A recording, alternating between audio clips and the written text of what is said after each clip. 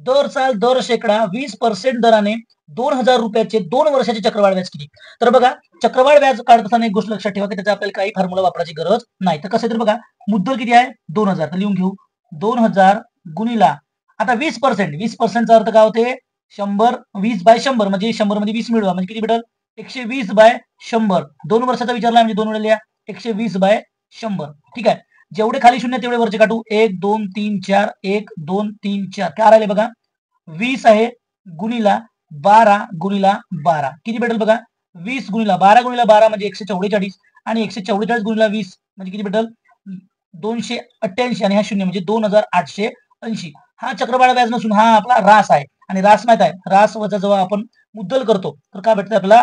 चक्रवाढ व्याज भेटते. म्हणजे किती भेटेल? 2,880 वजा समजा आपण 2,000 केलो म्हणजे हा आपला मुद्दल आहे तर किती भेटेल आपल्याला? 880 आणि हा 880 काय आपला चक्रवाढ व्याज.